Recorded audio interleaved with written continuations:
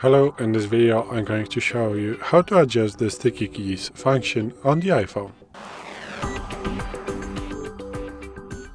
So today in front of me is the iPhone 12 with the iOS 17.4, but it really doesn't matter which iPhone you have or which version of the iOS you have, it is all going to work the same on every iPhone.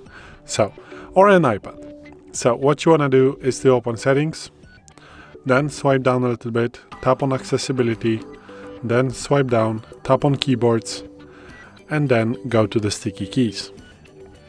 Now, if you turn on this feature, the sticky keys option allows modifier keys like a command, control, shift, and Windows, for example, to be set without having it hold the key down all the time. So you can just tap this key once and then type a combination, for example, C to copy something, and this will also work.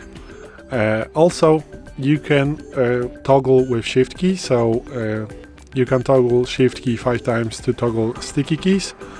So just press shift key 5 times and it will turn on the sticky keys, press 5 times and it will turn it off. And also you have a sound, so play a sound when a modifier key is set. So this is it. Thanks for watching. I hope this video helped you. If it did, please leave a like and consider to subscribe to our channel. Bye!